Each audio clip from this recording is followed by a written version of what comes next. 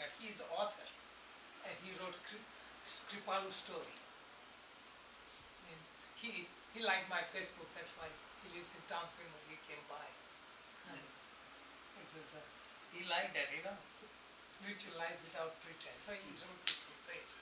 But that is what it is. Spiritual life is ordinary life. For most people, spiritual life is up in the sky, heavenly miracles. Real spiritual life is down to earth. That is real. For most people, it doesn't appeal to them because there is no high, no, sharp experience. So that's what it is. But that's what people want. That's what you provide. Then you become popular. You tell the bitter truth. People don't like it. Peter, anything since? Yeah, I'm just tired, and I'm kind of stuck myself. I've been driving a little for 30 years now, and it's the same thing every summer. It's just I'm a little older now, it gets harder, and you say to have a surplus of time, energy, and money, and I don't have any surplus of time or energy now, and so I'm not thinking straight. In fact, I get so tired I can't think straight. So, in fact, up until 2 weeks ago, I always carried your book for inspiration. The last 2 weeks, I just haven't even done that. So, anyway, I'm glad to be here. So here I see the point of sanskara. Sanskaras get so deep into us, so we cannot control it. It becomes our temperament. To really break the sanskara, you have to go deep inside and clear out through affirmations, deep relaxation. Like you mentioned in the past, like reading, and you cannot help it. It's a sanskara. Though you know it, but you cannot do it. That is called sanskara. And all of us have sanskara, and sanskara has been deeply ingrained. That is like, hardwired. It's called swabhav. Swabhav is just so much natural that it's hard to break. Sanskaras you can break, but swabhav is so deep you cannot break. Just like duck has swabhav to swim, just automatically learned same way, it becomes our swabhav and it's difficult to change. So sanskaras, like marking on the sand, you can remove it, but carved on the stone are hard to remove. And all yoga practice is about removing sanskaras, removing old programming. And most people don't understand meditation. Meditation is being quiet, experiencing bliss, feeling high. That is not the purpose of meditation.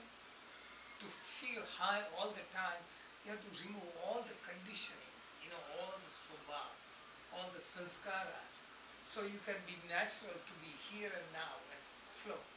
Be like a childlike nature is removing the sanskara.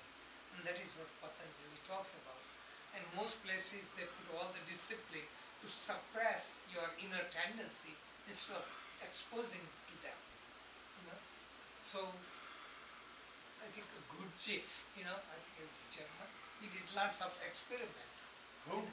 Gurdjieff, it's a bad word. Gurdjieff, yes. So many, yeah, so he did lots of experiment, People don't learn. You have to go deep inside. So one of the experiment I heard, that he tells his people, okay, do whatever you are doing, and they freeze, and freeze. And they get so much dedicated that they follow that. And that is experiment if you do, it just catches you, strikes you, it just makes transformation.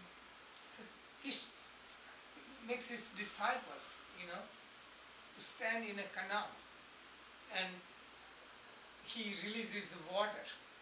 Water starts rising up to the chin, then mouth, and this, and up to the nose. And the priests, so people, they get scared, and at that moment they jump out. Others who stay through that, endure, they make a breakthrough. I got you. Okay. So that is what They're facing landmark their fear, training. yeah, they're you know, facing landmark their fear. Yeah, if you don't run and hide, you will make So breakthroughs. landmark training probably have different techniques like that to open you up. They expose you is what they do. Expose- They So we just keep run away exposing from you. ourselves. Mhm. It allows you to see yourself. This rebirthing, which I explained, you know, you do circular breathing, you go deep into mind, all the sanskaras come on the surface. You know, one of the writers was yoga student in Glasgow, and she was handled halfway house. It had a special name. That she wrote the book, Rebirthing, and the people who go through the program, they cry, all the emotions come on the surface, and there is somebody to stay by their side to soothe them. So they go through the experience. Wouldn't that be part of his awareness right now? He's going through 30 years of it, and all of a sudden he realizes, okay, I'm in this spot. And then that's the first part of realizing, okay, I don't have time, I don't have energy, I mean, whatever it is. So isn't that the first awareness of, okay, now, Right. and then you get so, let's just say disgusted, whatever it is, the real true essence of the feeling creates something, and it helps you do something about it, or awakens you, or whatever it is, excitement, disgust, anything, but real feelings help, what I notice, get things done. You know what I mean? But Well, pressure. rest meditation also, Yeah, to clear, absolutely, but the good part is, you have to be aware of it, to even do anything about it, so now you're aware of it, so Yes. now something could happen. right, but like your stomach, I'm aware of it, but I have to pay, the house, we had the house done, so.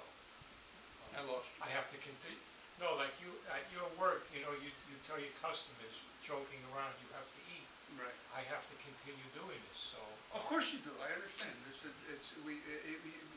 you have to stay on whatever route you're on, I mean, you can't jump off and go and hope for the best, you gotta, wherever we're at, that's the route we gotta stay on. But for most people case, it's like pressure cooker, which has a leak, so the air leaks out. And then you build again, air leaks out. It doesn't build enough pressure to do the cooking. So we need enough pressure for explosion. So this is what happens. For over 30 years probably you went through little bit pressure and then release, pressure. And that is what most people do. And this is why, some of the tragic event in our life, traumatic situation in our life, or traumas, or something happens, awakens us. And if you look at story, I know so many people, they love their children so much, and both of them died in the army. And these people who never thought about anything, they visited us in Germantown years ago, and they went in search, like what happens after that, and they became spiritual and started teaching. I think I had that book out for selling, Exploration in Awareness was the title. And the husband and wife both were doctors. So many people go through traumatic surgery and thing, and they face the death. And this makes them think. So many people go through crisis and they awaken. But Maya, illusion, is so powerful that we don't think. We don't think that I can die tomorrow, next minute. There is no guarantee. But we plan like I'm going to live for 100 years. Like when we accumulate things. I had a friend who visited me. Did you see him? He was with us last week or so. He came from Baltimore. I know. Just visiting. And he's multimillionaire in India. And here, he lives with his son. Lives a life. And I know him from childhood because we did yoga together and all this. There's so many. He cannot spend for himself. He cannot spend for anyone. And I just explained, he says, what is the quick way